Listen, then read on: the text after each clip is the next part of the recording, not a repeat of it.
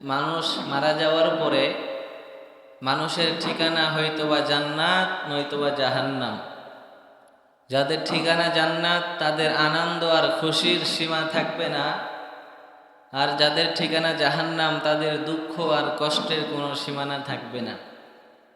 এজন্য আমাদেরকে এমনভাবে দুনিয়ার জমিন থেকে বিদায় নিতে হবে যেন আমরা কবরে যাওয়ার পরে আল্লাহর দয়া ও মেহেরবানিতে জান্নাত পেতে পারি। আর ওই বান্দাই আল্লাহর রহমত ও দয়া পাবে যেই বান্দা দুনিয়াতে নেক আমল করে কবরে যাবে। সবুজ ভাই দেখেন তো একটু ঘের ঘের করতেছে কেন? তো মোটামুটি আমরা ঈমান এবং আমল নিয়ে যদি কবরে যেতে পারি তাহলে আমাদের ঠিকানা কোথায় হবে বলেন? জান্নাত। জান্নাতের সর্বশ্রেষ্ঠ একটি জান্নাত আছে, সেই জান্নাতের নাম হলো জান্নাতুল ফেরদাউস। এই জান্নাতুল ফেরদাউসে যদি আমরা নিজেদের ঠিকানা করে নিতে পারি তাহলে আমরা সফলতা এবং কামিয়াবি অর্জন করতে পারব। তবে এই জান্নাতের পথটা অনেক কঠিন। জান্নাত যদি উপার্জন করতে চাই আমাদেরকে অনেক কষ্ট স্বীকার করা লাগবে, ত্যাগ স্বীকার করা লাগবে।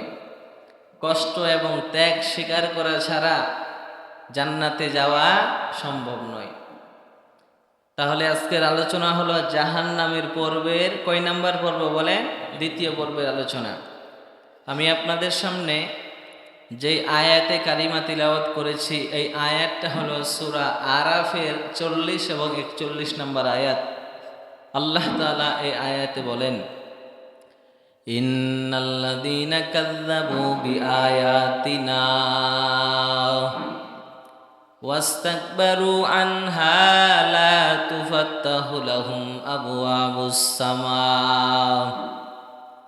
আল্লাহ তাআলা বলেন, যারা আমার আয়াতসমূহ আমার নিদর্শন সমূহকে অস্বীকার করবে, ওয়াস্তাকবারু আনহা অহংকার বশত যারা আমার এই কোরআনকে মানবে না, অস্বীকার করবে, অহংকার বশত নবীর হাদিসগুলোকে মানবে না, অস্বীকার করবে, লা তুফাত্তাহু লাহুম আবওয়াবুস সামা, তাদের জন্য আসমানের দরওয়াজা খোলা হবে না। যারা আল্লাহর কোরআন মানবে না, কোরআনের উপরে আমল করবে না, যারা নবীর সুন্নাত নবীর হাদিস মানবে না, এদের জন্য আসমানের দরওয়াজা বন্ধ থাকবে। মানে তারা যদি দোয়া করে আমার আল্লাহর কাছে তাদের দোয়া কবুল হবে না। তারা নামাজ পড়লে নামাজ কবুল হবে না, রোজা রাখলে রোজা কবুল হবে না। এক কথা হলো যারা কোরআনের উপরে বিশ্বাস করবে না, কোরআনের কিছু অংশ মানবে আর কিছু অংশ মানবে না, এমনটা কখনো হতে পারে না। কোরআনের কিছু জায়গায় কিছু কিছু বিধান মানব আর কিছু কিছু বিধান মানব না, তা হতে পারে না। এরে নবীর উম্মত ও কলিজার যুবক, একটু দিনের কানটা লাগাইয়া শুনবেন। এই কোরআনটা হলো আমাদের জান্নাতের পথ, কথা বলেন ঠিক কি না? এই কোরআনের দিক নির্দেশনা মেনে মেনে আমল করে করে আমরা জান্নাতের মালিক হয়ে যাব। আল্লাহু আকবার। এরে নবীর উম্মত ভালো করে শুনে নাও, যারা আল্লাহর কোরআনের উপরে আমল করবে না, কোরআনকে মানতে চাইবে না, যারা রসুলের হাদিসগুলো মানবে না, রে বাবা, লা তুফাত্তাহু লাহুম আবওয়াবুস সামা, তাদের জন্য আসমানের দরওয়াজা খোলা হবে না। এরপরে আল্লাহ তাআলা আরেকটা উদাহরণ দিয়ে বলেন, ওয়ালা ইয়াদখুলুনাল জান্নাতা হাত্তা ইয়ালিজাল জামালু ফি সাম্মিল খিয়াত। আল্লাহ তাআলা একটা উপমা দিলেন, একটা উদাহরণ দিলেন। তারা ততক্ষণ পর্যন্ত জান্নাতে প্রবেশ করতে পারবে না যতক্ষণ না সুইয়ের ছিদ্র দিয়ে উট প্রবেশ না করে। কি বুঝলেন? সুই আছে না, সুই, সুইয়ের ছিদ্র আছে না নাই? এই সুয়ের ছিদ্র দিয়ে কশ্চিম কালো উট প্রবেশ করতে পারবে? আল্লাহ তাআলা একটা কঠিন উদাহরণ দিলেন। সুয়ের ছিদ্র দিয়ে যেমন কখনো উট প্রবেশ করা সম্ভব নয়, যারা আল্লাহর কুরআনকে মানবে না, নবীজির হাদিসকে মানবে না, এরা ততক্ষণ পর্যন্ত জান্নাতে যাবে না যতক্ষণ পর্যন্ত সুয়ের ছিদ্র দিয়ে উট প্রবেশ করতে না পারে। তার মানে কি বুঝাইল? সুয়ের ছিদ্র দিয়ে উট প্রবেশ করা কখনো সম্ভব না। যারা আল্লাহর কুরআন অস্বীকার করে, নবীর বাণী অস্বীকার করে, তাদের জান্নাতে যাওয়াও সম্ভব না। কথা বুঝতে পেরেছেন? এজন্য রব্বুল আলামিন বললেন, ওয়ালা ইয়াদখুলুনাল জান্নাহ হাত্তা ইয়ালিজাল জামালু ফি সাম্মিল খিয়াত।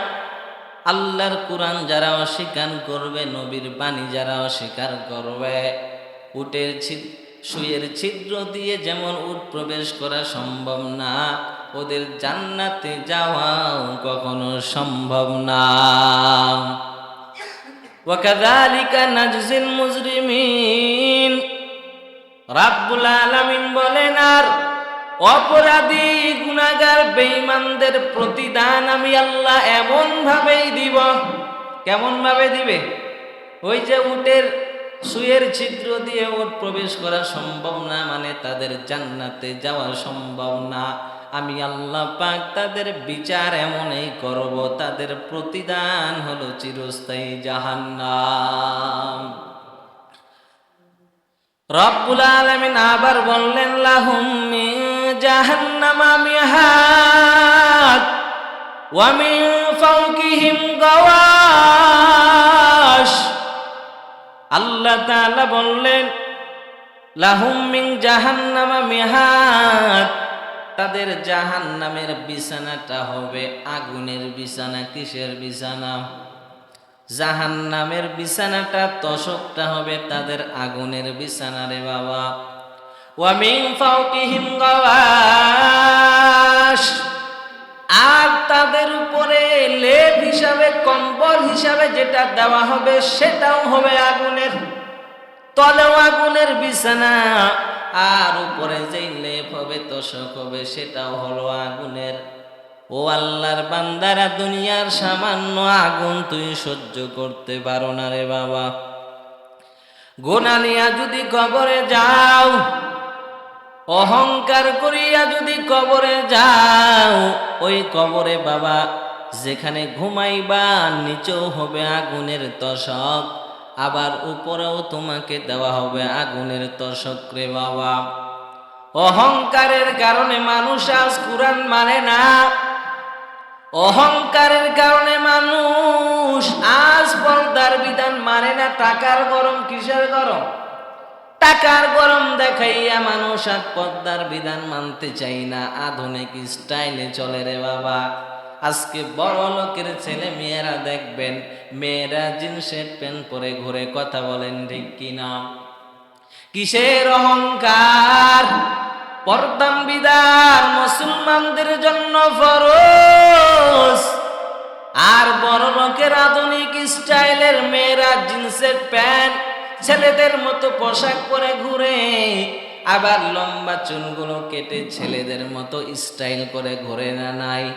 আল্লাহ বলেন, আল কিবরিয়া উরিদাই ওয়াল আজমাতু ইজারি ফামান নাযানি ওয়াহিদাম মিনহুমা কাযাফতুহু ফিন্নার। হাদিসে কুদসির ভিতরে আমার আল্লাহ জানা দেয়, অহংকার আমি আল্লাহর চাদর, আমি আল্লাহর চাদর। অহংকার আমি আল্লাহর চাদর। অতএব দুনিয়ার কোনো মানুষ অহংকার করতে পারে না। অহংকারের একমাত্র হকদার কে? আল্লাহ বলেন, রে গোলাম, অহংকার তো আমি আল্লাহ করব, কারণ আমি আল্লাহর মরণ নাই। আর তুই যে দুনিয়াতে অহংকারী করো, কয়দিন বাঁচবারে বাবা? কাল কিয়ামতের ময়দানে অহংকারীদেরকে পিঁপড়ার মতো ছোট ছোট আকৃতির করে দেওয়া হবে। এরে নবীর উম্মতের দল, এজন্য রব্বুল আলামিন বললেন, লাহুম মিন জাহান্নামা মিহাদ,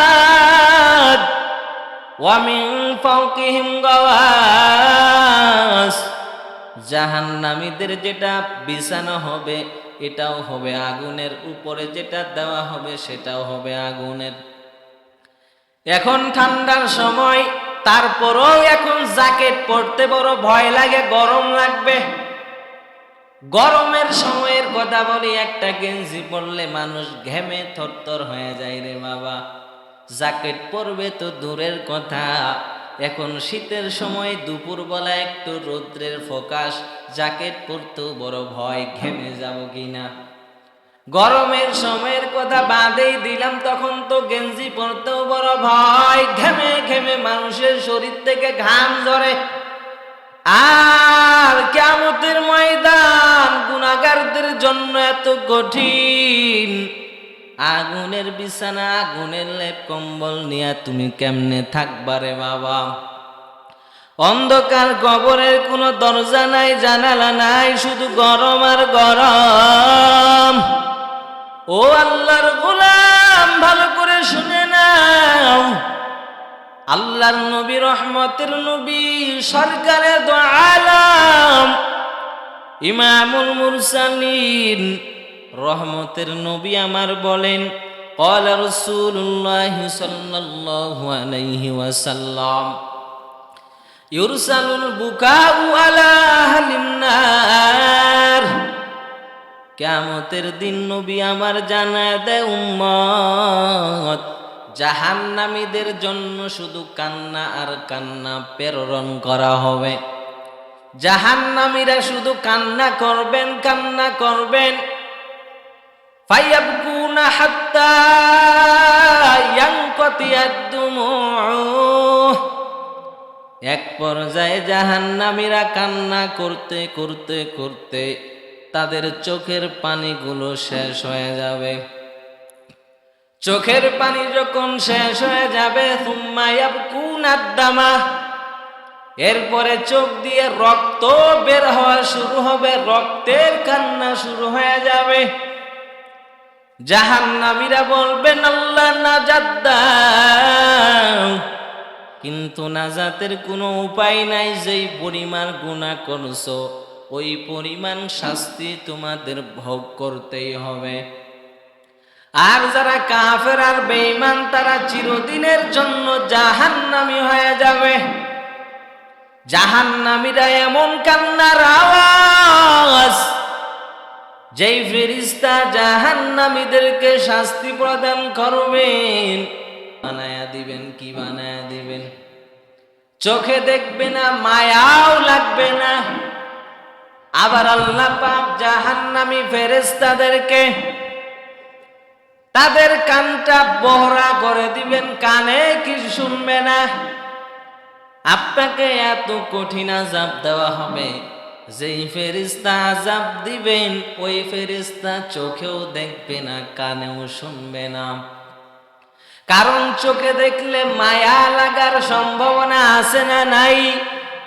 এজন্য রব্বুল আলামিন বান্দাকে শাস্তি দেওয়ার জন্য জাহান্নামের যেই ফেরেশতা নিয়োগ করবেন, ওই ফেরেশতা চোখে দেখবে না রে বাবা, আবার কানেও শুনবে না। কারণ কান্নার আওয়াজ শুনলে দয়া লাগতে পারে।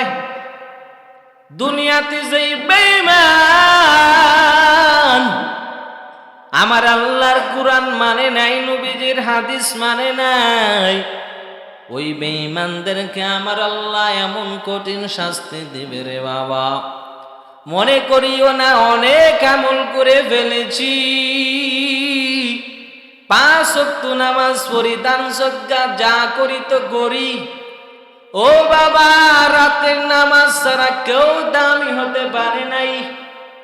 সাহাবা একরাম দামি হয়ে গেছেন, রাতের তাহাজ্জুদের নামাজের কান্না করে রে বাবা। আওয়াবিন শাক আরো কত নফল নামাজ সাহাবা একরাম পড়তেন রে বাবা। সাহাবা একরাম এশারের পরে সামান্য সময় ঘুমাইয়া সাহাবা একরাম রাতের গভীরে যাই নামাজটা বিছাইয়া নামাজের মুসল্লায় দাঁড়াই যাইতেন। সাহাবা একরাম 5 ওয়াক্ত নামাজকে জান্নাতের মাপকাঠি মনে করতেন না, আরো এক্সট্রা নামাজ আদায় করতেন।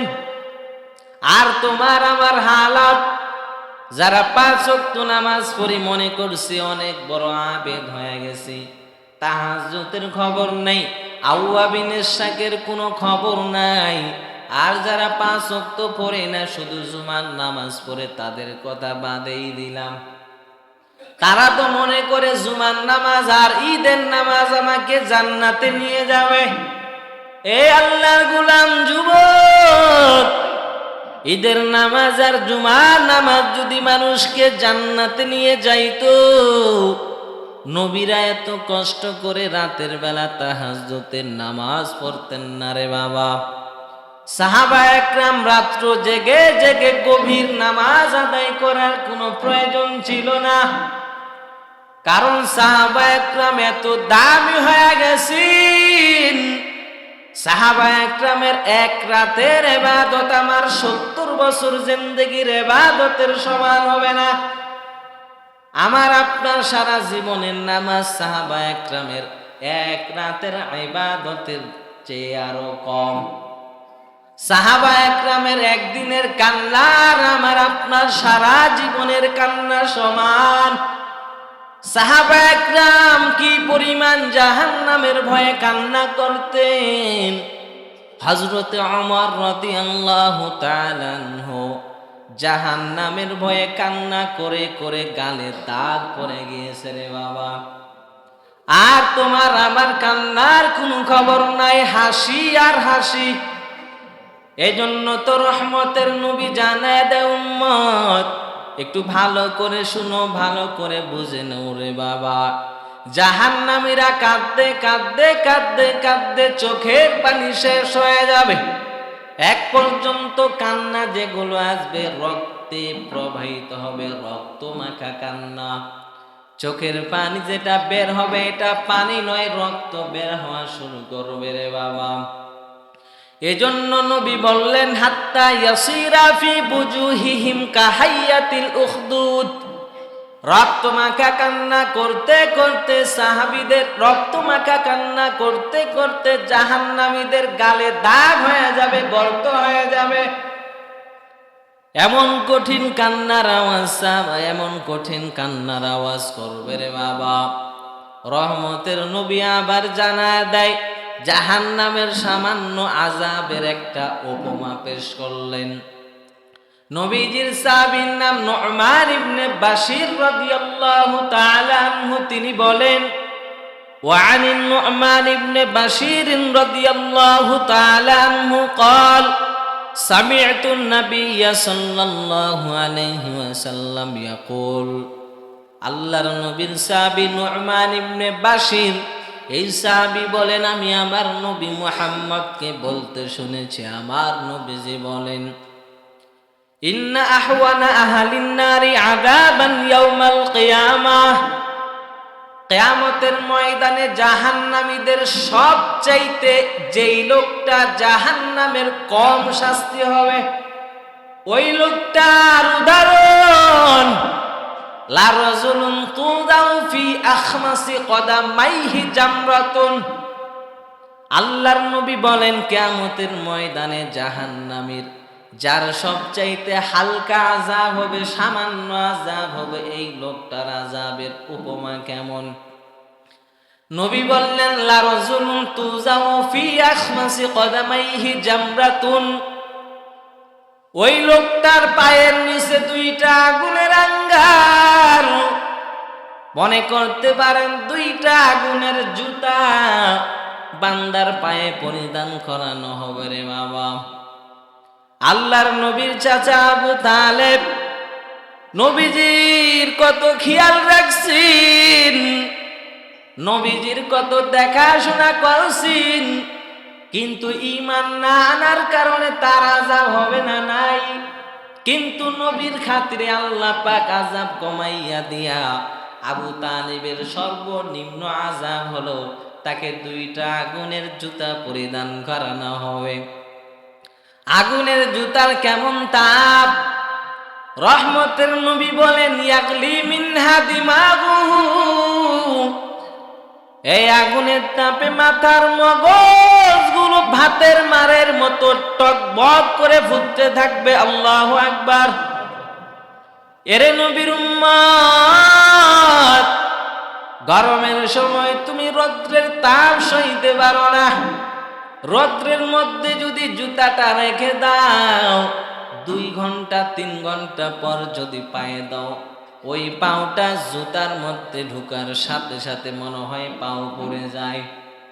যারা মরুভূমি এলাকা, উত্তপ্ত বালু যখন গরম হয়ে যায়, নবীজির সাহাবী হযরত বিলাল যখন কান্না করে মুসলমান হয়েছেন, তার যেই মালিকের অধীনস্থে কাজ করত উমাই ইবনে খালফ, উমাই ইবনে খালফ যখন রৌদ্রটা প্রখর তাপ দিয়েছেন, বালু এমন উত্তপ্ত হয়েছে, হযরতে বেলাল রাদিয়াল্লাহু তাআলা আনহুকে খালি গায়ে ওই বালুর উপরে টেনে টেনে হেসড়ে হেসড়ে কষ্ট দিয়েছেন কিনা।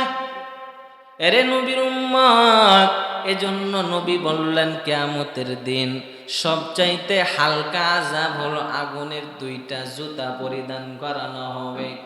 ইয়াগলি মিনহা দিমাগুহু, ওই আগুনের জুতার এত তাপ, আগুনের জুতা পরার কারণে মাথার মগজগুলো ভাতের মারের মতো টকবক করে ফুটবে। মা ইয়ারা আন্না আহাদান আশাদ্দু মিনহু আযাব, যেই বান্দা জুতা পরবে আগুনের জুতা, এই বান্দা মনে মনে ভাববে আমার মতো আর কঠিন আযাব মনে হয় কাউকে দেওয়া হয় না, এত কঠিন আযাব আল্লাহ আমাকে দিয়েছেন, এমন কঠিন আযাব মনে হয় দুনিয়ার কাউকে দেয় না। অথচ এই আযাবটা কঠিন নাকি হালকা? ও এলাকার মুসলমান, আমার কলিজার যুবক, যদি জাহান্নামের আগুন সহ্য করতে পারো তো গুনাহ করো, আর যদি জাহান্নামের আযাব সইতে না পারো, আজকে থেকে আমল করা শুরু করো। ও বাবা, রজব মাস শুরু হয়ে গেছে আর রমজান আসতে বাকি নাই রে বাবা। রমাদান মাসের বয়ান আগামী জুমার থেকে শুরু করে দিব। ও যুবক, যারা 5 ওয়াক্ত নামাজ পড়ো না, আজকে থেকে 5 ওয়াক্ত নামাজি হয়ে যাও। আগামী রমাদানটা যেন আমাদের ভালো কাটে রে বাবা। এই রমাদানে ইবাদত করে আমরা যেন দামি হয়ে যেতে পারি রে বাবা। এবার আল্লাহর বান্দা বলবেন মা ইয়ারা আন্না আহাদান আশাদ্দু মিনহু আযাব, আমার মতো কঠিন আযাব মনে হয় আল্লাহর কাউকে দেয় না। ওয়া ইন্নাহু লা আহওয়ানুহুম আযাবা, অথচ তার সবচাইতে হালকা আযাব হচ্ছে এর চাইতে আরো বড় বড় আযাব রয়ে গেছে। আল্লাহর বান্দা মনে করবে আমার মতো আযাব মনে হয় আর কাউকে দেওয়া হয় না।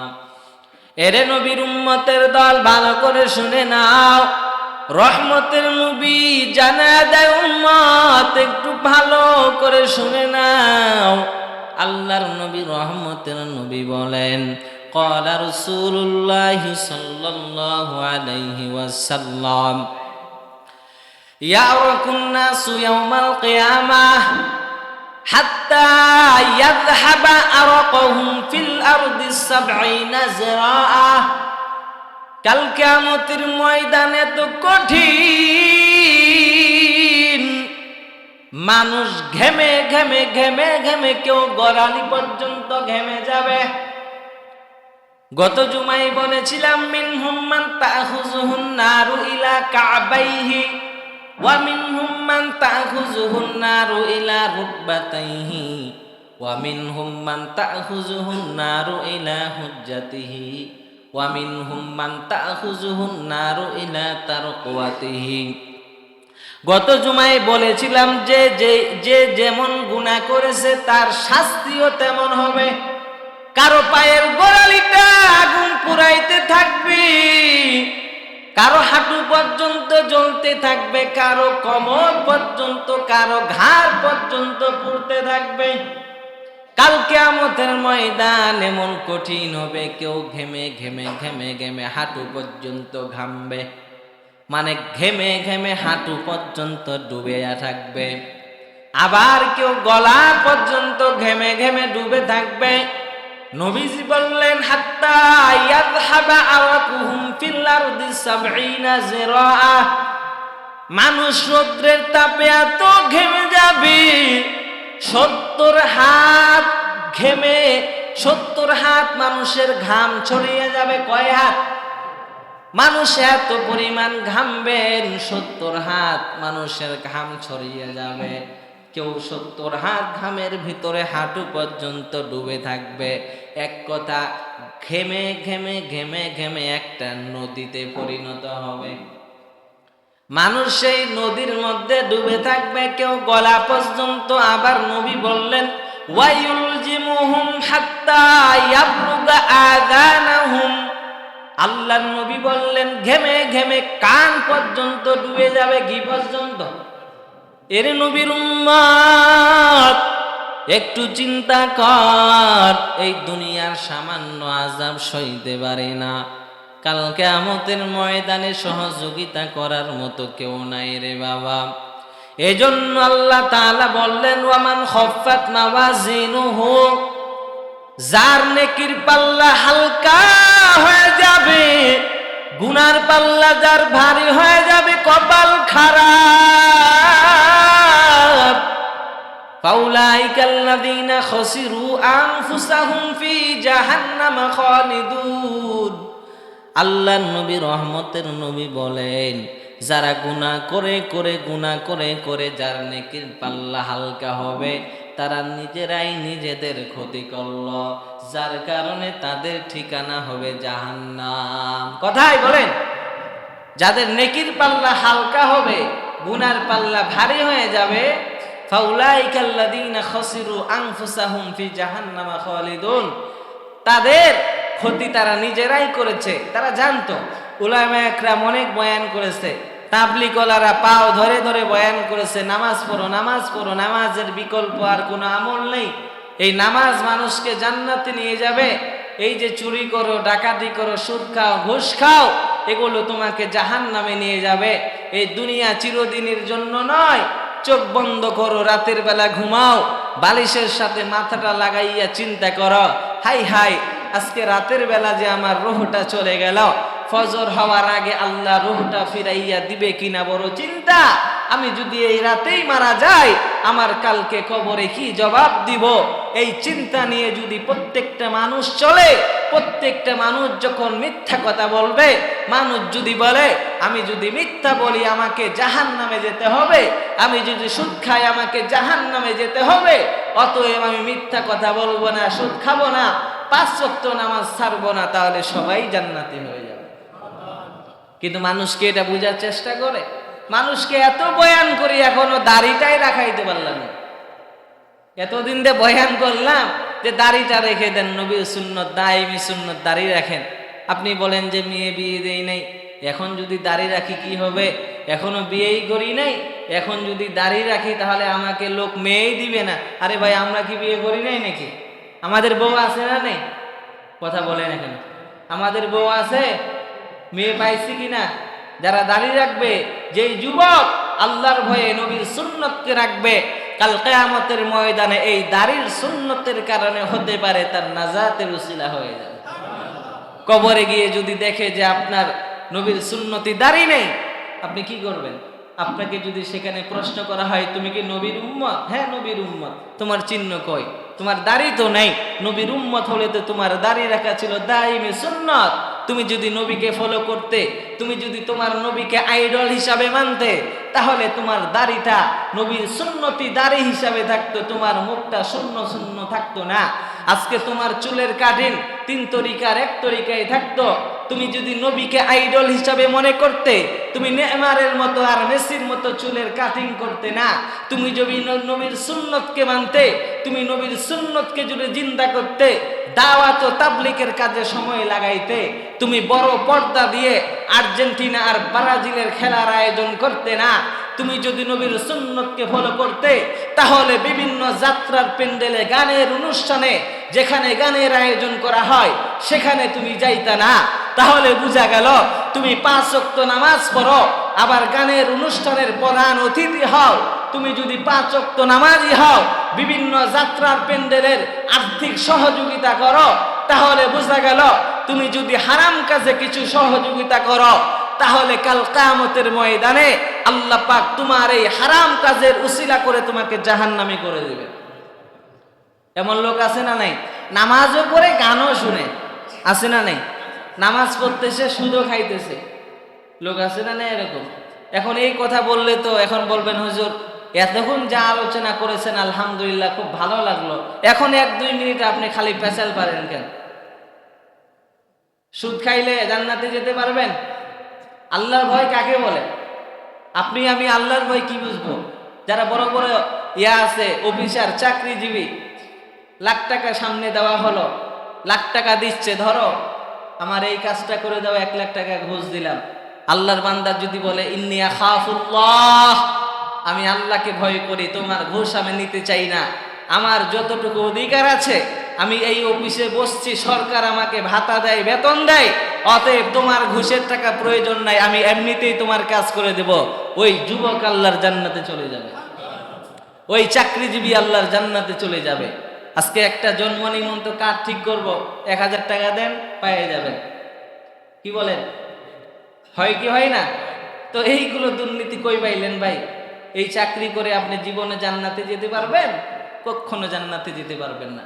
এজন্য আপনাদের যারা সন্তানদেরকে আপনারা লেখাপড়া করে চাকরিজীবী বানাবেন, প্রথম শর্ত দিবেন, বাবা জীবনে ঘুষ খাবি না, নীতির সাথে ন্যায় প্রতিষ্ঠা করবা। তুমি যেটা পারবা, তোমার হাতে যেটা আছে, কখনো তুমি ঘুষের মতো টাকা তুমি আত্মসাৎ করবা না। তোমার হাতে যেই পাওয়ার আছে সেই পাওয়ার তুমি কি করবা? প্রয়োগ করবা। কখনো হারাম টাকা তোমার পকেটে ঢুকাবা না। এমন বাবারাও জান্নাতে যাবে, সন্তানরাও জান্নাতে যাবে। আমরা জান্নাতে সবাই যেতে চাই কি চাই না? বলে, আমরা সবাই জান্নাতে যেতে চাই। আমরা কেউ এখানে জাহান্নামে যেতে আসি নাই। জাহান্নামে যেতে আসলে আমরা নামাজে আসতাম না। আমরা যেহেতু জান্নাতে যাব, তাহলে জান্নাতে যাওয়ার মতো আমল করে আমাকে দুনিয়া থেকে বিদায় নিতে হবে। তো নবীজি সাল্লাল্লাহু আলাইহি ওয়াসাল্লামের একটি হাদিস বলে আজকের আলোচনা শেষ করব। হাদিসের রাবি হযরতে আনাস রাদিয়াল্লাহু তাআলা আনহু, তিনি বলেন, ওয়া আন আনাস রাদিয়াল্লাহু তাআলা আনহু قال খতাবা রাসূলুল্লাহ সাল্লাল্লাহু আলাইহি ওয়াসাল্লাম খুতবাতান মা সামিআতু মিসলাহা। আল্লাহর নবী, সাহাবী আনাস বলেন যে আল্লাহর নবীকে আমরা এমন খুতবা দিতে শুনলাম, এই খুতবাটা আর কখনোই শুনি নাই। কি খুতবা? নবী বললেন, লাউ তাআলামুনা মা আ'লামু লা দাহিকতুম কালিলা ওয়া লা বাকাইতুম কাসীরা। আমি নবী যা জানি, তোমরা যদি তা জানতে, বেশি বেশি কান্না করতে, কম কম হাসতে। তাহলে নবী যা জানতেন, আমরা সেটা যদি জানার চেষ্টা করি, তাহলে আমাদের পুরো জীবনটাই হবে কান্নার জীবন। অথচ আমরা আজকে উদাসীন, হাসি খেল তামাশায় জীবন নষ্ট করতেছি। নবী বলছেন, আমি যা জানি, তোমরা যদি যা জানতে, তাহলে তোমরা বেশি বেশি কান্না করতে। আবু বকর নামাজে দাঁড়াইতেন, জাহান্নামের আয়াত তিলাওয়াত শুরু হইলে আবু বকরের কান্না শুরু হয়ে যেত। আজকে জাহান্নামের বয়ান করতেছে, আল্লাহর বান্দা একটারও চোখে বানিনি। কি বুঝলাম? জাহান্নামের বয়ান করলাম, একটা মানুষের চোখে বানি নেই। তাহলে কি আমল করেন আপনারা?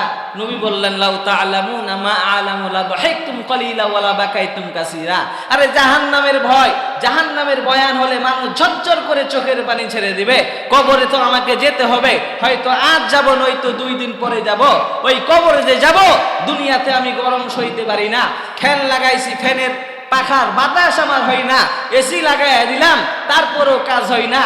তোমার কবরে কে এসি লাগাবে? তোমার কবরে কে পাংখা লাগাবে? তোমার কবরে কে জানালা লাগাবে? তোমার কবরে কে বাতি জ্বালাবে?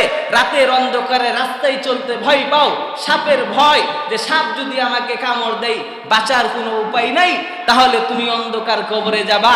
তোমার অন্ধকার কবরের ভয় নাই, ফেরেশতারা তোমাকে ওখানে আযাব দিবে, সেই আযাবের ভয় নাই। বলছিলাম, তোমার তোশক হবে আগুনের তোশক, উপরে যে লেপটা ঝাঁকা নিবা সেই লেপটাও হবে আগুনের তোশক। তোমার চতুর্দিকে আগুন আর আগুন। যেখানে দুনিয়ার মোমবাতির আগুন যদি হাতে লাগাও আঙ্গুল পুড়ে যায়, সামান্য আগুন সহ্য করতে পারো না। কিছুদিন বিমান দুর্ঘটনায় একটা স্কুল ঢাকাতে পড়ল, ওখানে মানুষ এত পরিমাণ সেই আগুনের কারণে মানুষের এমন ভাবে গলে গেছে, মনে হয় যে মানুষের অবস্থা, মানুষের অস্তিত্ব খুঁজে পাওয়া যায়নি। আর তুমি যদি দুনিয়ার জমিন ছেড়ে কবরে চলে যাও, কি আমল নিয়ে যাবা? ও বৃদ্ধ বাবাজিরা, ও যুবক ভাইয়েরা, বেশি দিন সময় হাতে নাই, কিয়ামত কায়েম হয়ে যাবে। আমাদের মরণের সময় চলে আসছে, আমাদের চুল পেকে গেল, আমাদের দাড়ি পেকে গেল, আমরা তো দুনিয়ার জমিন ছেড়ে বিদায় নিব সবাই জানি, বিশ্বাস করি। তাহলে 5 ওয়াক্ত নামাজ কেন পড়ো না? ভাই তুমি কি করো? কোনো কাজও তো করো না, কেন 5 ওয়াক্ত নামাজ ছেড়ে দাও? আজকেই তওবা করেন যে আজকে থেকেই আমরা আর 1 ওয়াক্ত নামাজ কাজা করব না। আল্লাহকে 2 হাত দেখান, আল্লাহ, সবাই বলেন আল্লাহ। আর জীবনে 5 ওয়াক্ত নামাজ কখনো ছাড়বো না। আগে যা করেছি, আজকে থেকে, এখন থেকে তওবা করলাম, আগামী থেকে 5 ওয়াক্ত নামাজ কায়েম করব। যতই কাজ থাকুক না কেন, রাস্তাঘাটে, যেখানে ক্ষেত খামারে, যেখানে থাকি না কেন, আল্লাহ পুরো জমিনটা আমাদের জন্য পাক বানিয়েছেন। গামছা আছে, গামছা বিছিয়ে দিবেন, পশ্চিম দিক করে আপনি কাজের ফাঁকে নামাজ আদায় করবেন। আল্লাহ তাআলা আমাদের সবাইকে কবুল করুক, সবাই বলেন আমিন। আসসালামু আলাইকুম ওয়া রাহমাতুল্লাহি ওয়া বারাকাতুহু।